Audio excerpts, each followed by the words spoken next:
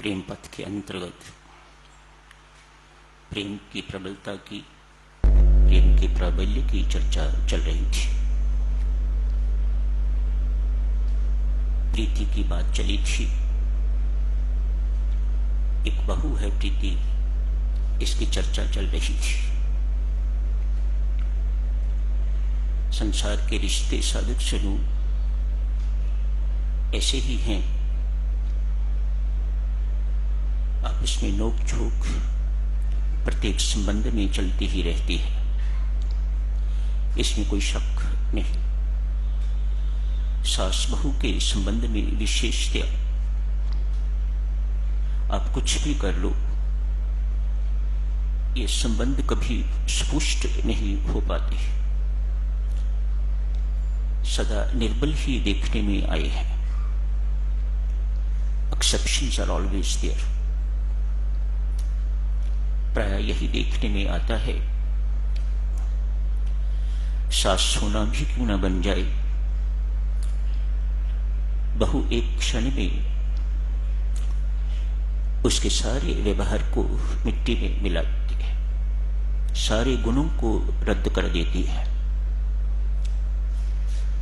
बहु सद्गुण संपन्न भी क्यों न हो, सर्वगुण संपन्न भी क्यों न हो, सास को अवसर मिले तो वह एक क्षण में उसके अंदर असंख्य दुर्गुण ढूंढ के तो बखान कर देगी, इसमें कोई संदेह नहीं। आप सब इन बातों से भली भांति परिचित हो। प्रीति का विवाह हुआ है, जिस दिन विवाह हुआ उस दिन से लेके आज तक एक दिन भी उसने सुख का नहीं देखा। शुरू से ही सास से खटपट चलती है, बढ़ती ही गई। दोनों के स्वभाव में, दोनों के गुणों में जमीन आसमान का अंतर है, इसलिए आपस में बन नहीं पाई। जैसे एक बहुत पढ़ी लिखी हो, सास बेचारी अशिक्षित हो, तो ये बातें, सास की तानाशाही ऐसी बहू से सहन नहीं होती। घर घर की कहानी है ये, हर एक घर में कुछ न कुछ इस प्रकार का देखने सुनने को मिलता है। बात यहां तक बढ़ गई है कि दोनों का इकट्ठे रहना बहुत कठिन, असंभव। लेकिन कोई रास्ता दिखाई नहीं दे रहा। पति भी हमेशा मां का ही सास, अपनी इनकी सास का ही साथ देते हैं, तो इससे वह और व्याकुल होती है। ऐसा महसूस होने लग गया कि इस घर में मैं आई हूं, अपना घर छोड़ के तो इस घर में आई हूं, लेकिन मुझे यहां पर किसी भी प्रकार का अपनापन दिखाई नहीं दिया आज तक। जिस सास को मां बनना चाहिए था वह मां नहीं बन पाई, जिस सास को मुझे पुत्री बनाना चाहिए था वह आज तक मुझे पुत्री नहीं बना पाई, जिस सास ससुर के हृदय में मुझे स्थान पाना चाहिए था वह मैं स्थान न पा पाई।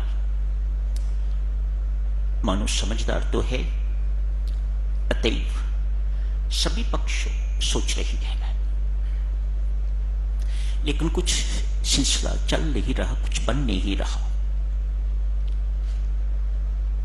पति का हमेशा दबाव रहता है, तो माताजी से हमेशा, मम्मी से हमेशा माफी मांगा कर। ये बात से वे और चिढ़ती है, मानो इसे भी मुझ में ही दोष दिखाई देते हैं। कभी अपनी मां से तो नहीं कहा कि मां वह सही है, कभी तू उससे माफी मांग लिया कर। माफी तो बड़ा है या छोटा है, गलती के अनुसार मांगनी पड़ती है। आज नगर में एक समाचार फैल गया। नगर के बाहर एक बाबा आए हैं। वह लोगों के दुख, संकट, समस्याओं का समाधान बताते हैं अचूक। बहुत से लोगों को लाभ हुआ है। प्रीति के कान में भी ये समाचार पहुंचा।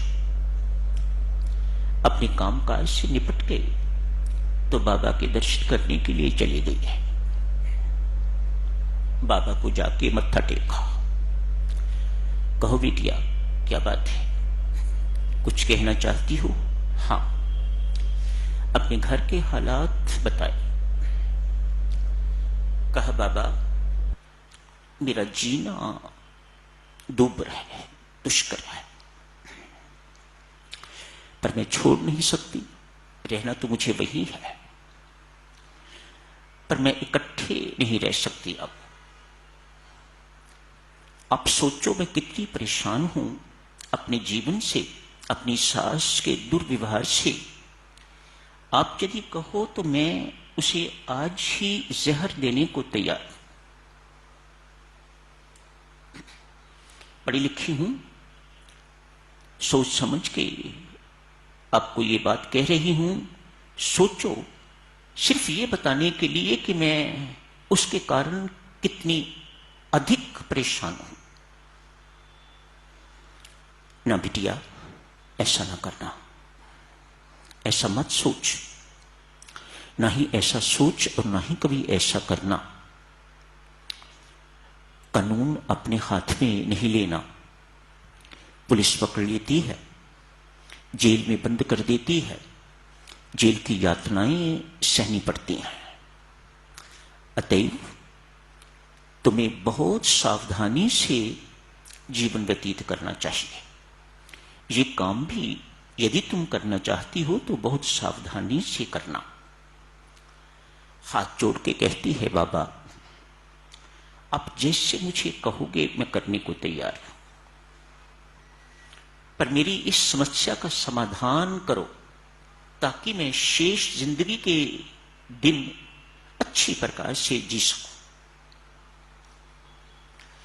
बाबा ने कहा, बिटिया, मैं तुम्हें कुछ जहरीली जड़ी बूटियां दे रहा हूं, ये ले जा। पिसी हुई है। डोज बता दी। कल से बड़ी होशियारी से काम करना। आज घर जाओगे, कल से करना शुरू। रोज स्वादु भोजन, अति स्वादिष्ट भोजन बनाना। यह काम तुम्हें बड़ी सावधानी के साथ करना है ताकि किसी को किसी प्रकार का कोई शक ना हो। स्वादु, अति स्वादु भोजन बनाना। उस भोजन में इस मात्रा में इस दवाई को मिला दोगे,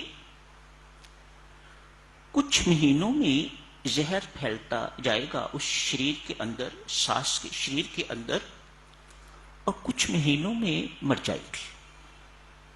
तेरा काम भी हो जाएगा और किसी को पता भी नहीं चलेगा। बहुत सावधानी से काम करना। स्वादु भोजन बनाना, प्रेम पूर्वक अपनी सास को खिलाना। ऐसे खिलाना जैसे पुत्री मां को खिलाती है या मां पुत्री को खिलाती है।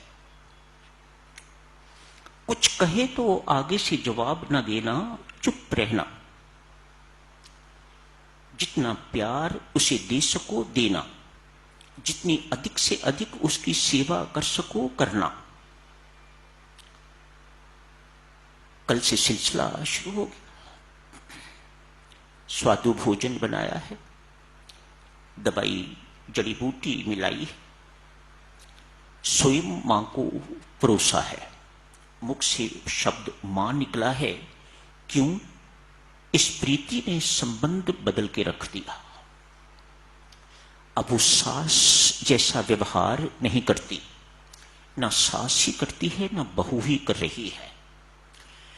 प्रेम में कितना प्राबल्य है।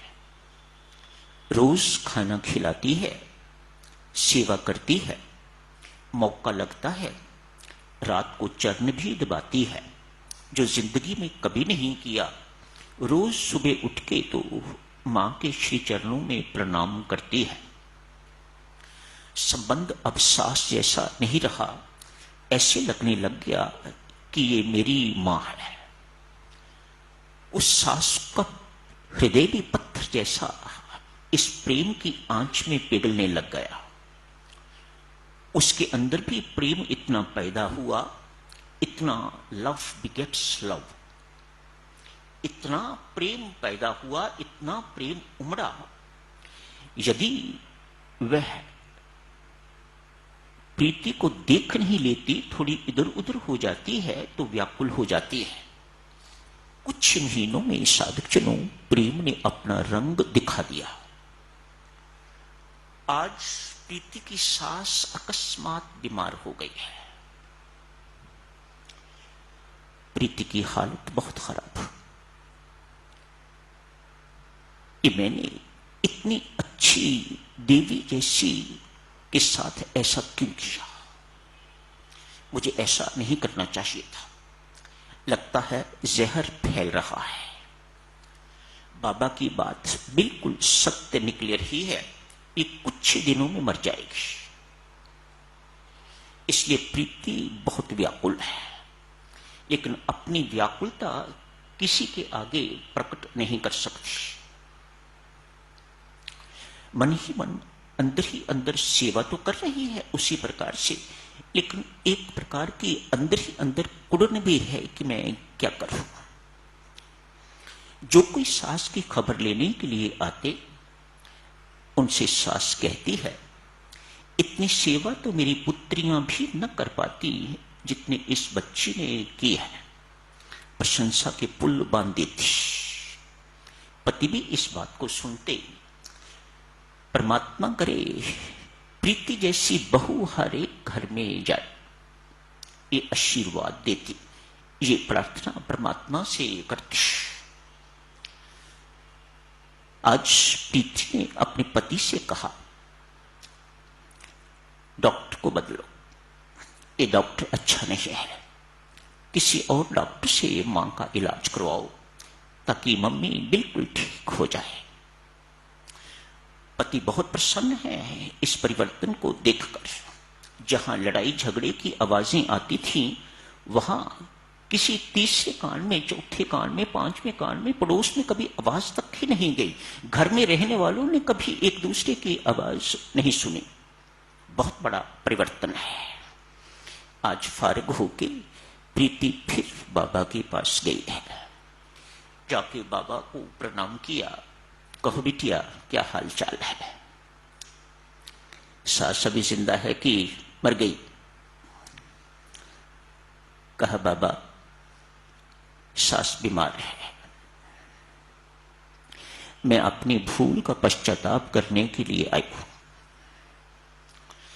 मेहरबानी करके कोई ऐसा इलाज कीजिएगा कि मेरी मां बच जाए। आंखों में आंसू आने। बाबा भी देख के तो बहुत प्रसन्न है। कहा, बिटिया मैंने तेरी मां को, तेरी सास को कोई जहरीली दवाई नहीं दी। टॉनिक दिया था ताकि उसका शरीर हृष्ट पुष्ट रहे। तो चिंता ना कर, जो इलाज चल रहा है छोटा मोटा, उसी इलाज से तेरी मां बिल्कुल ठीक हो जाएगी। उसके शरीर के अंदर कोई जहर फैला नहीं है। तुम्हारे दोनों के हृदय और मस्तिष्क में जहर था। तुम दोनों के हृदय में और दिमाग में जहर था। प्रेम और सेवा ने इस जहर को निकाल दिया। अब आप विष रहित हो। सास भी विष रहित है, उसको कुछ नहीं होता। हट्टी कट्टी है, ठीक हो जाएगी बिल्कुल। जो छोटा मोटा इलाज करवा रहे हो वह करवाते रहो। इस दवाई का कोई दुष्प्रभाव जो है वह नहीं आ रहा है। प्रेम का प्राबल्य साधकजनों अवर्णनीय है। सुखी परिवार का, सुखी जीवन का आधार समझो प्रेम। जहां आधार प्रेम, वहां सुख शांति का, मां लक्ष्मी का निवास रहता है। जहां कला क्लेश, वैर द्वेष, जहां प्रेम नहीं, वहां अलक्ष्मी का वास रहता है, वहां लक्ष्मी नहीं रहती। कुछ भी कर लो, कितना भी बड़ा से बड़ा काम क्यों ना कर लो, उस काम में कभी बरकत नहीं होगी। क्यों? बरकत डालने वाली वहां से चली गई, लक्ष्मी चली गई और अलक्ष्मी का वहां निवास हो गया। जिन घरों में साधक जनों कला क्लेश रहता है, वहां अलक्ष्मी का वास। बिजनेस तो बहुत अच्छा चलता है, लेकिन बरकत नहीं है, हमेशा थोड़ ही थोड़ रहती है। ये प्रेम साधक जनों कहां से मिलेगा? बाजार से मिलता होता तो अमीर लोगों ने लीटर्स या टन्स में इसे खरीद लिया होता। विदेश से मिलता होता तो बहुत इंपोर्ट हो जाता।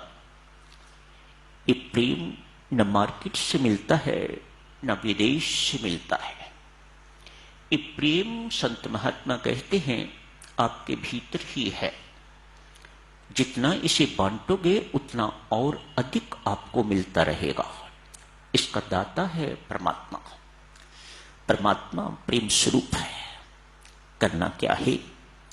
ऐसे साधन अपनी साधना में जोड़िएगा कि वह प्रेम स्वरूप परमात्मा, राम ही प्रेम है, प्रेम ही राम है, ऐसा कहा जाता है। उस प्रेम स्वरूप परमात्मा का भीतर प्रकटन हो जाए, वह प्रकट हो जाए तो स्रोत चश्मा फूट गया, तो फिर प्रेम की कहां कमी हो सकती है? जब कीजिए, अन्य साधन अपनाइए जिससे प्रेम स्वरूप परमात्मा जो भीतर निष्क्रिय बैठा हुआ है, कुछ नहीं कर रहा, साक्षी बना हुआ है, आपकी गतिविधि देख रहा है, किसी प्रकार का हस्तक्षेप नहीं करता। यदि आज तक आपको समझ आ गई है तो उनसे कहो, परमात्मा यदि तुम हमारे कामकाज में हस्तक्षेप नहीं करते तो हमारे किसी काम के नहीं। मेहरबानी करके निष्क्रिय न रह के तो हमारे जीवन में सक्रिय बनिएगा, हमारे हर काम में हस्तक्षेप कीजिएगा। हमें संभालने वाला, हमारा पथ प्रदर्शन करने वाला आप जी के अतिरिक्त कोई नहीं, आप जी से बेहतर कोई नहीं। तो यही समाप्त करने की इजाजत दीजिएगा।